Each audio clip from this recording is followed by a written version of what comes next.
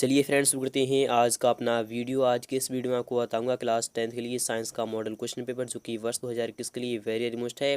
अगर आप class 10th में हैं तो इस वीडियो को लास्ट तक जरूर देखिएगा, क्योंकि आज के इस वीडियो में आपको बताऊंगा क्लास 10th के लिए साइंस का मॉडल क्वेश्चन पेपर, जो कि वर्ष 2021 के लिए वेरी वेरी मोस्ट है। तो शुरू करते हैं आज का अपना वीडियो फ्रेंड्स। आज के इस वीडियो में आपको बताऊँगा सेकेंडरी स्कूल एग्जामिनेशन 2021 का होगा, एनुअली एग्जामिनेशन का होगा, जो कि साइंस का होगा। ऑप्शन कंपलसरी है। जी हाँ फ्रेंड्स, यह कंपलसरी है। विज्ञान ऐच्छिक अनिवार्य है।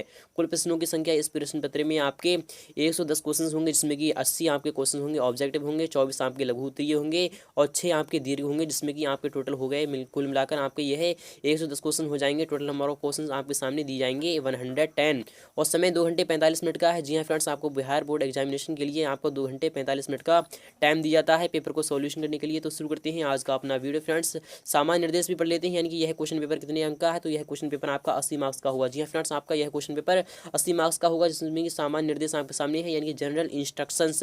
पहला निर्देश है परीक्षार्थी यथासंभव अपने शब्दों में ही उत्तर देना है आपको।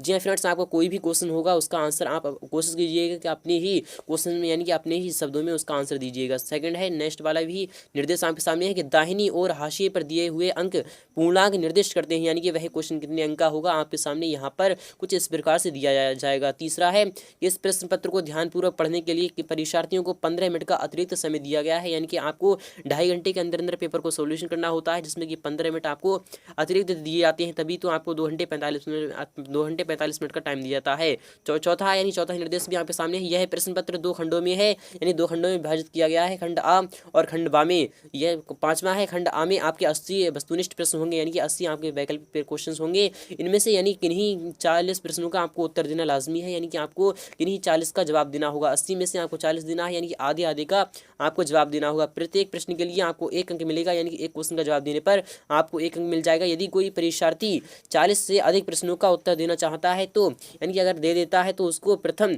40 प्रश्नों के उत्तर का ही मूल्यांकन होगा, यानी कि वह कितने भी क्वेश्चन को सॉल्व कर ले उसके आगे उसे 40 से ज़्यादा अंक नहीं मिलेंगे, उसको केवल और केवल आपको 40 ही अंक मिलेंगे। तो शुरू करते हैं आज का अपना वीडियो फ्रेंड्स। पहला क्वेश्चन आ चुका है आप सामने, है वेरी मोस्ट है। तो शुरू करते हैं आज का अपना वीडियो फ्रेंड्स। बने रहिए हमारे साथ वीडियो के लास्ट तक। अगर आप क्लास 10th में है तो इस वीडियो को लास्ट तक जरूर देखिएगा। यहाँ शुरू हो रहा है आपका खंड आ है, यानी कि सेक्शन फर्स्ट है, वस्तुनिष्ठ प्रश्न है, यानी कि ऑब्जेक्टिव टाइप क्वेश्चन है। तो पहला है प्रश्न संख्या 1 से 80 तक आपके वस्तुनिष्ठ प्रश्न हैं। इनमें से किन्हीं 40 प्रश्नों का उत्तर देना लाजमी है। प्रत्येक प्रश्न के 4 विकल्प दिए जाएंगे, जिनमें से एक सही है। अपने द्वारा चुने गए सही विकल्प को आपको OMR शीट पर चिह्नित करना है, यानी कि भरना होगा। तो फ्रेंड्स, पहला क्वेश्चन आपके सामने आ चुका है, वेरी वेरी मोस्ट है, बार बार आता है, इस बार भी आ सकता है। पहला क्वेश्चन आ चुका है कि किस दर्पण की फोकस दूरी ऋणात्मक होती है। तो आपको पता होगा, क्या समतल दर्पण की फोकस दूरी ऋणात्मक होती है, या फिर अवतल दर्पण की होती है, या फिर उत्तल दर्पण की होती है, फिर इनमें से कोई नहीं। तो आपको पता होगा कि वह दर्पण, यानी कि वह दर्पण है अवतल दर्पण। जी हाँ फ्रेंड्स, अवतल दर्पण एक ऐसा दर्पण है जिसकी की फोकस दूरी जो होती है वह आपकी ऋणात्मक होती है, और उत्तल दर्पण की आपकी यानी कि पॉजिटिव होती है, समतल दर्पण की और पॉजिटिव ही होती है। बट यहाँ पर जो अवतल दर्पण है उसकी आपकी यानी कि ऋणात्मक होती है, इसलिए आपका विकल्प यहाँ पर बी वाला सही हो जाएगा। चलते हैं नेक्स्ट पर, यानी कि क्वेश्चन नंबर 2 भी दे लेते हैं। आ चुका है आपके सामने है, वेरी मोस्ट है, इसे इंग्लिश मीडियम वाले भी विस्तार के साथ समझ सकते हैं। फिलहाल के नेक्स्ट क्वेश्चन आ चुका है आप सामने है, वेरी मोस्ट है, बार बार आता है कि दर्पण की फोकस दूरी और वक्रता त्रिज्या में क्या संबंध है। तो आपको पता होगा, क्या F=R होता है? नहीं दोस्तों, F= क्या R/2 होता है। जी फ्रेंड्स, आपका ये वाला ऑप्शन सही हो जाएगा, यानी कि फोकस दूरी होती है वह त्रिज्या की आधी होती है। जी फ्रेंड्स, आपकी जो फोकस दूरी होती है, यानी कि जो कोई भी जो वक्रता त्रिज्या होती है उसकी फोकस दूरी आधी होती है, इसलिए आपका विकल्प यहाँ पर बी वाला सही हो जाएगा। चलते हैं नेक्स्ट पर, यानी कि इसे इंग्लिश मीडियम वाले भी विस्तार के साथ समझ सकते हैं। क्वेश्चन नंबर 3 भी आ चुका है यहाँ सामने है, वेरी वेरी मोस्ट है, बार बार आता है कि सामान्य दृष्टि के लिए स्पष्ट दृष्टि की न्यूनतम दूरी है। यहाँ पर कह रहा है कि न्यूनतम दूरी, यानी कि आपकी जो होती है distinct vision of the normal eye, यानी कि क्या होती है, क्या 25 मीटर होती है, या फिर 25 सेंटीमीटर होती है, या फिर 25 मिलीमीटर होती है, फिर इनमें से कोई नहीं। तो आपको पता होगा कि 25 सेंटीमीटर होती है, इसलिए आपका विकल्प यहाँ पर बी वाला सही हो जाएगा। चलते हैं नेक्स्ट पर, क्वेश्चन नंबर 4 भी लेते हैं। आ चुका है यहाँ सामने है, वेरी वेरी मोस्ट है, बार बार आता है कि श्वेत प्रकाश का कौन सा रंग है जो वर्ण किसी प्रिज्म यानी कि प्रिज्म से गुजरने के पश्चात सबसे कम झुकता है। तो कौन सा है, यानी कि श्वेत प्रकाश का कौन सा रंग है जो यानी कि जो वर्ण क्रम होता है, यानी कि मान लो यह एक प्रिज्म है, इस पे से जो श्वेत प्रकाश का जो वर्णक्रम होता है यानी जब वह विक्षेपित होता है तो उसमें से ये सबसे कम जो झुकता है वह कलर कौन सा है, तो सबसे कम जो झुकता है वह कौन सा है, तो वह है रेड। जी हाँ फ्रेंड्स, रेड होगा क्योंकि वह सबसे ऊपर होता है, इसलिए आपका रेड होगा क्योंकि रेड ही सबसे कम झुकता है और वैगनी आपका सबसे ज्यादा झुकता है। तो यहाँ पर बात हो रही है सबसे कम झुकता है, इसलिए आपका विकल्प यहाँ पर सी वाला सही हो जाएगा। चलते हैं नेक्स्ट पर, क्वेश्चन नंबर 5 भी दे लेते हैं। आ चुका है आपके सामने, वेरी मोस्ट है, बार बार आता है यह क्वेश्चन कि मानव आंख की रेटिना द्वारा बनाई गई छवि होती है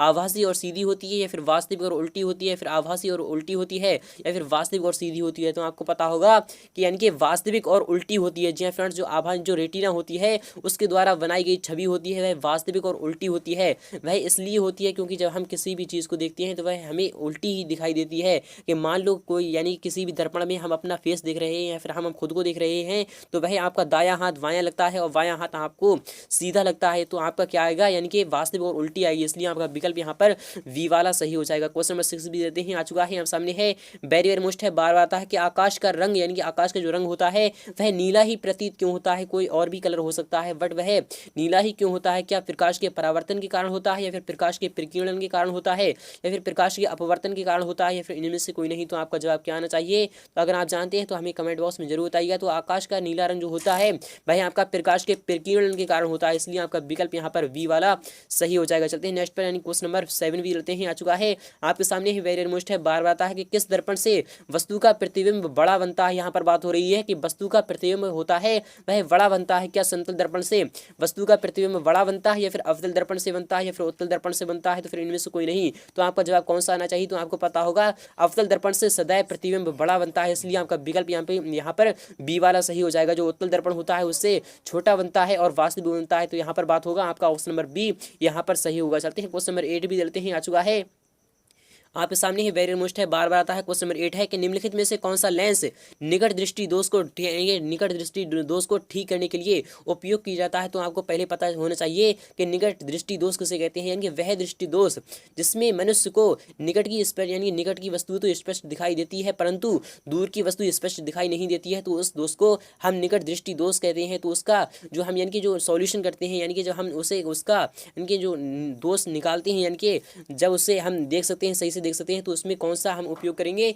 तो वह हम करेंगे अवतल लेंस का। जी हाँ फ्रेंड्स, अवतल लेंस का करेंगे क्योंकि हमें पास का नहीं बल्कि दूर का देखना है, क्योंकि हमें निकट यानी कि निकट का तो ऑलरेडी दिख रहा है बट हमें दूर का देखना है, तो दूर का देखने के लिए हम अवतल लेंस का उपयोग करते हैं, इसलिए आपका विकल्प यहाँ पर सी वाला सही हो जाएगा। अगर यहाँ पर बात होती कि दूर दृष्टि दोष को ठीक करने के लिए कौन सा उपयोग करेंगे, तो यहाँ पर हम उत्तल लेंस लगा सकते थे, इसलिए आपका विकल्प यहाँ पर फिलहाल के सी वाला ऑप्शन सही होगा। क्वेश्चन नंबर 9 भी देते हैं। आ चुका है आपके सामने ही, वेरी मोस्ट है, बार बार आता है कि निम्नलिखित में से कौन सा उपकरण है जो विद्युत धारा की उपस्थिति दर्शाता है, यानी कि विद्युत धारा की उपस्थिति कौन दर्शाता है, क्या गैल्वेनोमीटर विद्युत धारा की उपस्थिति दर्शाता है या फिर मोटर है या फिर जनरेटर है या फिर वोल्टमीटर है। तो आपको पता होगा कि विद्युत धारा की जो उपस्थिति दर्शाता है वह कौन सा है, तो वह आपका जनरेटर है, इसलिए आपका विकल्प यहाँ पर सी वाला सही हो जाएगा। चलते हैं नेक्स्ट पर, क्वेश्चन नंबर 10 भी लेते हैं। आ चुका है आप सामने है, वेरी मोस्ट है, बार बार आता है कि दाएं हाथ के यानी कि दाएं हाथ के अंगूठे का नियम को किसने प्रतिपादित किया था। तो आपको पता होगा क्या ऑस्टेड ने किया था या फिर फ्लेमिंग ने किया था या फिर आपका आइंस्टीन ने किया था या फिर मैक्स बेल ने किया था। तो आपको मैं बताते चलूं कि जो यानी कि दाएं हाथ का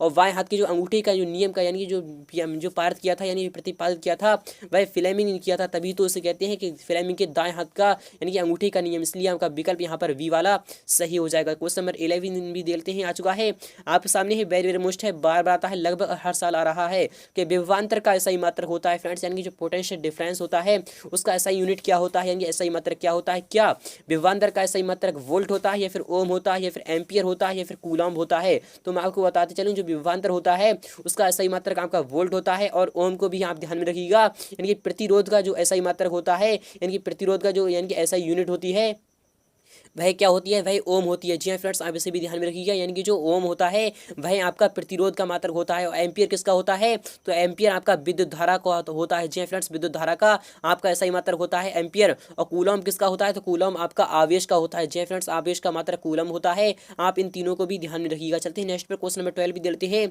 आ चुका है आप सामने है, वेरी मोस्ट है, बार बार आता है कि निम्नांकित यानी कि निम्नलिखित में से किस संयोजन द्वारा प्रतिरोध का मान बढ़ता है। यहाँ पर बात हो रही है कि प्रतिरोध का मान बढ़ता है, तो आपको पता होगा क्या श्रेणी क्रम में जोड़ने पर यानी कि संयोजन करने पर प्रतिरोध का मान बढ़ता है, या फिर समांतर क्रम में बढ़ता है, या फिर श्रेणी एवं समांतर क्रम दोनों में बढ़ता है, या फिर इनमें से कोई नहीं। तो आपको पता होगा कि जब हम यानी कि प्रतिरोधों को समांतर क्रम में जोड़ते हैं तो उनका मान सदैव घटता है। जी फ्रेंड्स, सदैव घटता है, क्योंकि 1/r के रूप में वह चलती है।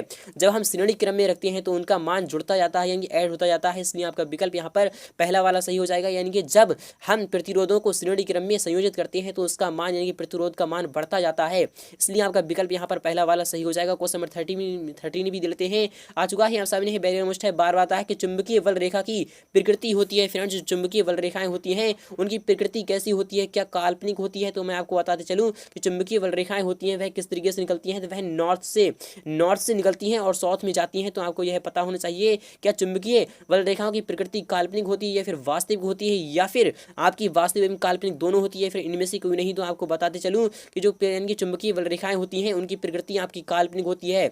जी हाँ फ्रेंड्स, काल्पनिक होती है क्योंकि वह एक दूसरे को कभी भी टच नहीं करती। कैसा भी वक्त आ जाए यानी फिर कैसा भी आपकी कितनी भी यानी कि किरण पास में तो हो सकती हैं, लेकिन रेखाएं कभी मिल नहीं सकती, कहीं भी आप उसे टच नहीं कर सकती, इसलिए वह काल्पनिक होंगी। इसलिए आपका विकल्प यहाँ पर पहला वाला सही हो जाएगा। क्वेश्चन नंबर 14 भी लेते हैं, आ चुका है आप सामने। क्वेश्चन नंबर 14 है, वेरी मोस्ट है, बार आता है 1 किलोवाट घंटा किसके बराबर होता है? तो आपको पता होना चाहिए कि 1 किलोवाट घंटा किसके बराबर होता है। तो मैं आपको बताते चलूँ वह होता है 3.6 × 10⁻⁶ जूल। जी हाँ फ्रेंड्स, आपका ऑप्शन नंबर यहाँ पर सी सही हो जाएगा। चल तो फ्रेंड्स, क्वेश्चन नंबर 15 भी आ चुका है आप सामने है। वेरी मोस्ट है, बार आता है। यह क्वेश्चन क्या कहना चाहता है कि नवीकरणीय ऊर्जा का स्रोत होता है। तो मैं आपको बताते चलूँ नवीकरणीय ऊर्जा स्रोत क्या होती है। तो वह स्रोत यानी कि जिसे हम यानी पुनः यानी कि प्रयोग में ला सकते हैं, तो वह यानी कि नवीकरणीय ऊर्जा स्रोत कहलाते हैं। क्या नाभिकीय ऊर्जा नवीकरणीय स्रोत है, या फिर सौर ऊर्जा है, या फिर कोयले से प्राप्त ऊर्जा है, या फिर प्राकृतिक गैस से प्राप्त ऊर्जा है? तो मैं आपको बताते चल रहा हूँ जो नाभिकीय ऊर्जा है वह आपकी अनवीकरणीय ऊर्जा है।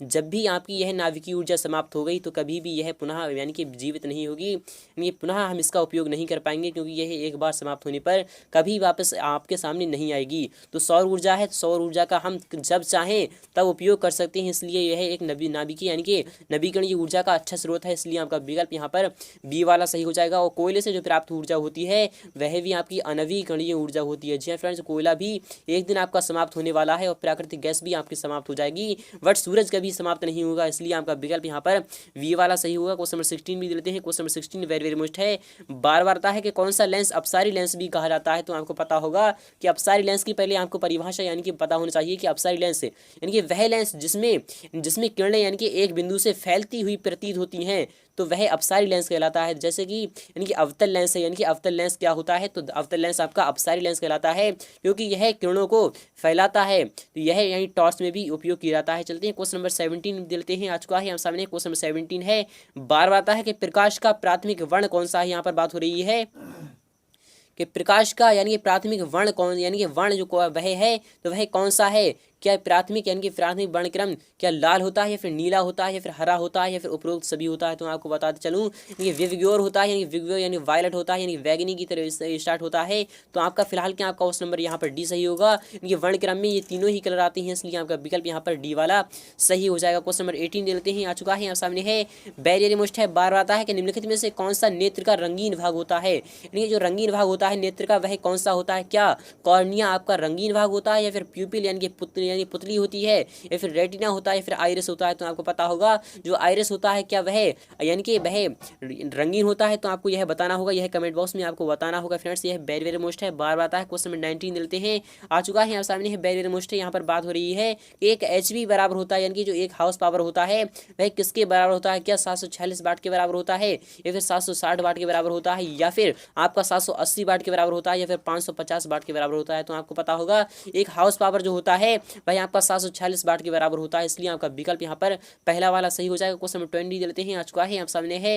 वेरी मोस्ट है, बार आता है कि विशालक यानी कि विशालक शीशा जो होता है मैग्नीफाइंग ग्लास होता है वह क्या होता है? क्या अवतल लेंस होता है, या फिर उत्तल लेंस होता है, या फिर यानी कि अवतल दर्पण होता है, या फिर उत्तल दर्पण होता है? तो आपको यह भी कमेंट बॉक्स में बताना होगा। क्वेश्चन नंबर 21 लेते हैं, आ चुका है आप सामने। क्वेश्चन नंबर 21 है, वेरी मोस्ट है, बार आता है कि जब किसी चालक तार से विद्युत धारा प्रवाहित होती है तो गतिशील कण होती हैं, क्या परमाणु होती हैं, या फिर आयन होते हैं या फिर प्रोटॉन होते हैं फिर इलेक्ट्रॉन, तो आपका जवाब आएगा ऑप्शन नंबर डी यानी कि इलेक्ट्रॉन होते हैं। जी हाँ फ्रेंड्स, इलेक्ट्रॉन की ही आधार पर विद्युत धारा प्रवाहित होती है, इसलिए आपका विकल्प यहाँ पर डी सही हो जाएगा। क्वेश्चन नंबर 22 है आ चुका है, आप सामने है बैरियर मुष्ट है, बार बार है कि एम्पियर घंटा मात्रक है।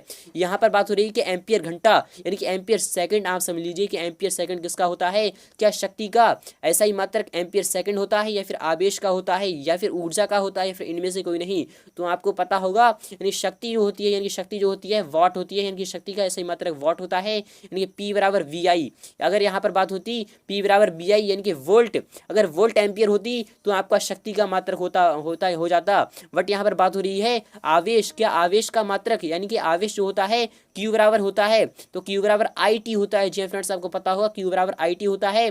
तो I को हम किससे दर्शाते हैं, यानी कि I का मात्रक क्या होता है, यानी कि विद्युत धारा का ऐसा ही मात्रक होता है आपका एम्पियर, और T का यानी कि T का सेकंड भी हो सकता है और घंटा भी हो सकता है। इसलिए आपका कूलाम यानी कि जो आवेश है, तो आवेश का मात्रक आपका एम्पियर घंटा यानी कि एम्पियर सेकंड भी हो सकता है और आपका कूलम भी हो सकता है, इसलिए आपका विकल्प यहाँ पर बी वाला सही हो जाएगा। चलते हैं नेक्स्ट पे, क्वेश्चन नंबर 23 देते हैं। आ चुका है आप सामने वेरी मोस्ट है, बार बार आता है, लगभग हर साल आ रहा है यह क्वेश्चन, इस बार भी आ सकता है कि निम्नलिखित में से कौन सा मात्रक वॉट यानी कि डब्ल्यू के बराबर होता है, क्या यानी जूल प्रति सेकेंड डब्ल्यू के बराबर होता है या फिर जूल सेकेंड होता है या फिर यानी कि आपका यहाँ पर बात हो रही है, यानी कि यहाँ पर बात हो रही है सेकंड प्रति जूल होता है, फिर इनमें से कोई नहीं। तो आपको पता होगा यानी कि वाट जो होता है, यानी जो वाट होता है यानी पी बराबर होता है, वह किसके बराबर होता है, तो मैंने अभी आपको बताया है P बराबर BI, यानी कि P बराबर BI भी होता है और आपका जूल सेकंड भी होता है। इसलिए आपका विकल्प यहाँ पर कौन सा आना चाहिए, यानी जूल प्रति सेकंड, इसलिए आपका विकल्प यहाँ पर पहला वाला यहाँ पर सही हो जाएगा। क्वेश्चन नंबर 24 भी लेते हैं। आ चुका है आपके सामने है वेरी मोस्ट है कि विद्युत धारा का मात्रक होता है। फ्रेंड्स, जो विद्युत धारा होती है, मैंने अभी आपको बताया है कि विद्युत धारा, जो विद्युत धारा का ऐसा ही मात्रक होता है वह आपका एम्पियर होता है, जिसे हम I से प्रदर्शित करते हैं। इसलिए आपका विकल्प पहला वाला यहाँ पर सही हो जाएगा। और जो वोल्ट होता है, तो वोल्ट आपका विभवांतर का होता है और आपका विभव का भी होता है, और ओम आपका प्रतिरोध का होता है, और वॉट आपका शक्ति का होता है, यानी कि ऊर्जा का भी हो सकता है। इसलिए आपका विकल्प यहाँ पर पहला वाला सही हो जाएगा। क्वेश्चन नंबर 25 देते हैं। आ चुका है आपके सामने है वेरी मोस्ट है, बार बार आता है कि ग्लोबल वार्मिंग के लिए, यहाँ पर बात हो रही है कि ग्लोबल वार्मिंग यानी जो उष्ण यानी उष्णन होता है, तो ग्लोबल वार्मिंग के लिए उत्तरदायी गैस कौन सी है, क्या वो यानी कि ऑक्सीजन है या फिर अमोनियम है, यानी अमोनिया है या फिर आपकी कार्बन डाइऑक्साइड है या फिर N2 यानी नाइट्रोजन है। तो आपका विकल्प यहाँ पर सही वाला सही हो जाएगा, यानी कार्बन डाइऑक्साइड एक उत्तरदायी गैस है, जो कि यानी कि आपकी किसके लिए है, ग्लोबल वार्मिंग के लिए आपके, इसलिए आपका यह मॉडल क्वेश्चन पेपर है। तो फ्रेंड्स, उम्मीद करूंगा आपको वीडियो बहुत ही अच्छी लगी होगी। अगर वीडियो अच्छी लगी है तो वीडियो को लाइक करना, शेयर करना बिल्कुल भी ना